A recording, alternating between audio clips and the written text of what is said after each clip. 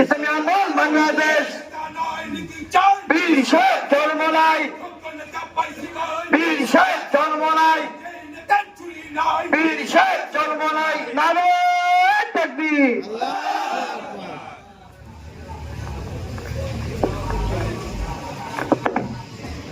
আসসালামু আলাইকুম ওয়া রাহমাতুল্লাহি ওয়া বারাকাতুহু। নাহমাদুহু ওয়া নুসাল্লি আলা রাসূলিল কারীম। ইসলামী আন্দোলন বাংলাদেশ শ্যামপুর থানা শাখা কর্তৃক আয়োজিত, শ্যামপুর থানার 11 নম্বর ওয়ার্ড কর্তৃক আয়োজিত আজকের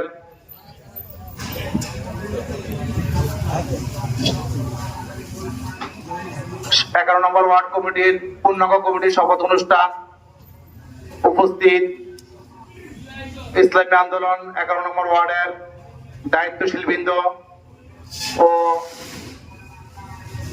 ইসলাম প্রিয়, দেশ প্রিয় সহযোদ্ধা ভাইয়েরা,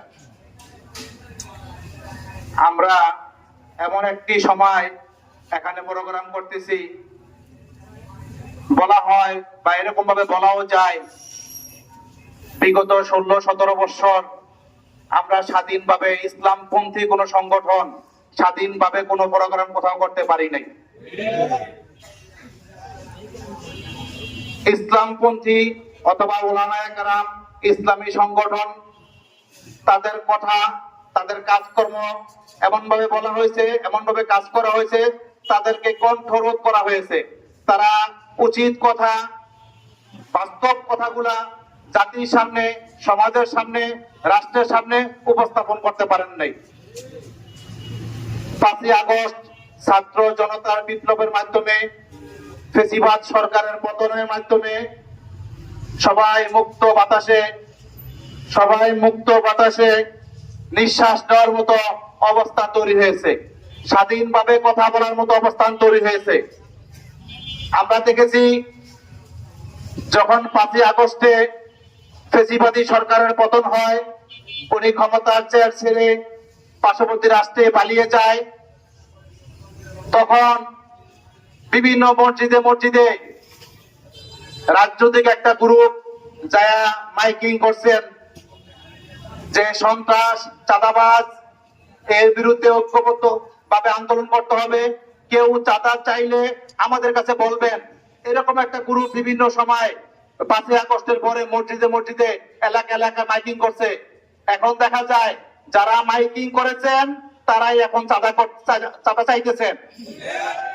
যারা বলছেন আমাদের নেতার নির্দেশ চাঁদা মুক্ত বাংলাদেশ, তারা এখন নেতাকে দূরে রাখা তারা গোপনে প্রকাশ্যে চাঁদা দাবি করতেছে।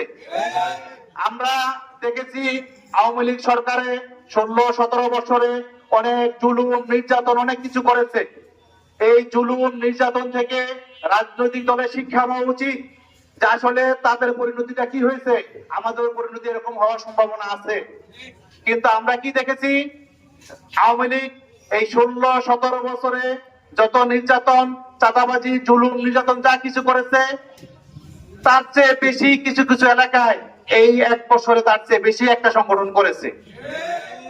আমরা চাই এই দেশ, এই সমাজ দুর্নীতিমুক্ত হোক, চাঁদামুক্ত হোক, আমরা সুখে শান্তিতে সুন্দরভাবে কাঁধে কাঁধ মিলিয়ে বসবাস করতে পারি, আমাদের ভিতরে যেন কোনো বৈষম্য না থাকে, আমরা যেন সবাই আন্তরিকতার সাথে একসাথে কাজ করতে পারি, এটা আমাদের দাবি।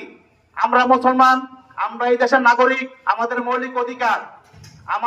আমরা চেষ্টা করি, ইসলামী আন্দোলন চেষ্টা করে মানুষের মৌলিক অধিকার ফিরিয়ে দেওয়ার জন্য, মানুষের মৌলিক অধিকার প্রতিষ্ঠিত করার জন্য।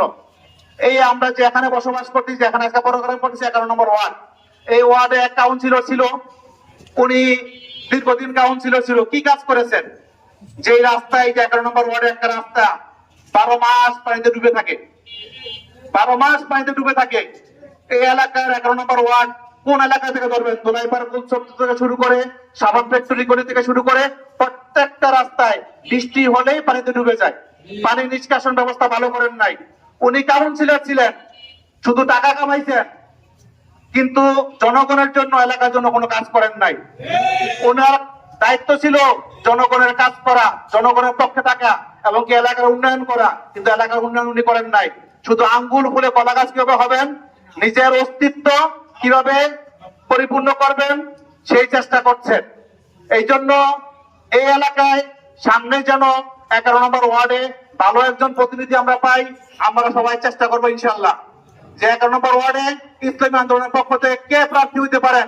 11 নম্বর ওয়ার্ডে ইসলামপন্থীদের মূল্যায়ন নিয়ে যে কাউন্সিলর হয়ে এই এলাকার উন্নয়নে কাজ করবে, এরকম ভাবে আমরা চেষ্টা বিক্রি করবো। আমরা এই দেশের মানুষ সবাই চেষ্টা করতেছে যে রাজনৈতিক ভাবে একটা পট পরিবর্তন হোক। সব রাজনৈতিক দল সংস্কারের পক্ষে, শুধু একটি দল সংস্কারের বিপক্ষে। তারা সংস্কার চায় না, তারা চিন্তা করে যে সংস্কার করার পরে আমরা ক্ষমতায় যাই তাহলে আমরা কিছু করতে পারবো না। তো যে অবস্থায় ফ্যাসিস্ট সরকার রেখে গেছে ওই অবস্থায় যদি নির্বাচন হয়, নির্বাচনে আমরা বিজয়ী হইতে পারলে আমরা লুটে পেটে খেতে পারবো।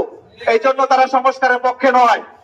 আমরা সহ ইসলামী আন্দোলন সহ যত রাজনৈতিক দল আছে সবাই চায় সংস্কারের পরে তারপরে নির্বাচন হোক। এই জন্য ঐক্যমতের ভিত্তিতে, ঐক্যমত কমিশনের ভিত্তিতে বিভিন্ন রাজনৈতিক দলের সাথে আলোচনা পর্যালোচনা হচ্ছে যে নির্বাচন কিভাবে হবে, নির্বাচনের রূপরেখা কিভাবে হবে। যেভাবেই হোক সম্ভবত আগামী 26 ফেব্রুয়ারির দিকে বা মার্চের দিকে নির্বাচন হওয়ার সম্ভাবনা আছে। যদি নির্বাচন হয় আমাদের ঢাকা চাইরে ইসলামী আন্দোলনের প্রার্থী অর্থাৎ ইসলামী আন্দোলনের প্রার্থী প্রিন্সিপাল মাওলানা সৈয়দ মোসাদ্দেক বিল্লাল মাদানী সাহেব, উনি যদি প্রার্থী হয় এই এলাকায় যত প্রার্থী আছেন সবার থেকে উনি ভালো শিক্ষাগত যোগ্যতা, উনি মদিনা ইউনিভার্সিটি থেকে এমফিল ডিগ্রি করা, বাকি সর্বোপরি যত প্রার্থী বিগত দিনে হয়েছে তার চেয়ে উনি আলহামদুলিল্লাহ যোগ্য প্রার্থী। উনি যদি এই এলাকা থেকে নির্বাচিত হতে পারে তাহলে সংসদে গিয়ে আমাদের পক্ষে কাজ করবে, এলাকার উন্নয়নের কথা বলবে, স্কুল মাঠ, খেলার মাঠ, কলেজ, গ্যাসের সমস্যা, যাবতীয় যা কিছু আছে সব সমস্যার কথা বলবেন, এলাকার উন্নয়নে কাজ করবেন। এলাকার অনেকে বলে যদি সরকার যারা গঠন করে তাদের লোক যদি এমপি না হয় এলাকার উন্নয়ন হয় না। এই কথাটা সঠিক না, এই কথাটা ভুল। আপনারা জানেন যে এমপি অথবা কমিশনাররা এলাকা ভিত্তিক যেই টাকা বাজেট পায় এই বাজেটের 30% কাজও হয় না। যেই বাজেট হয় এই বাজেট যদি 100% কাজ হইতো তাহলে আর এলাকার কিছু করা লাগতো না। তো এলাকা বাজেট যা হয়, এলাকার জন্য বরাদ্দ যা হয়, এই বরাদ্দের সর্বোচ্চ 20% কাজ হয়, আর 80% বিভিন্ন শ্রেণীর লোকেরা লুটে পেটে খায়। এই জন্য আমাদের প্রতিনিধি এমন তৈরি করতে হবে তাদের ভিতরে আল্লাহর ভয় আছে, যে জনগণের মাল আল্লাহর ভয়ে একটু নট কাজ করবেন। এই জমিন কার? আমরা কার সৃষ্টি? আল্লাহ সৃষ্টি।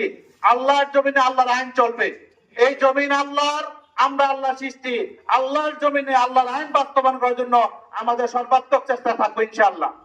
আরেকটা দাওয়াত, আগামী 28 তারিখ 28শে মে শনিবার, আজকে শনিবার, আগামী শনিবার সোহরাওয়ার্দী উদ্যানে জাতীয় মহাসমাবেশ থেকেই ইনশাআল্লাহ সামনের রাজনৈতিক একটা রূপরেখা তৈরি, কিভাবে হবে নির্বাচন, কি অবস্থানে হবে, এরা মহতারা আমির ওই জায়গাতে ঘোষণা করবেন, জাতীয় নেতৃবৃন্দ থাকবেন ইনশাআল্লাহ। ওই মহাসমাবেশ একটা চমকের মহাসমাবেশ। আপনাদের কাছে উদার্ত আহ্বান ইনশাআল্লাহ আগামী 28 তারিখ জাতীয় মহাসমাবেশে অংশগ্রহণ করবেন।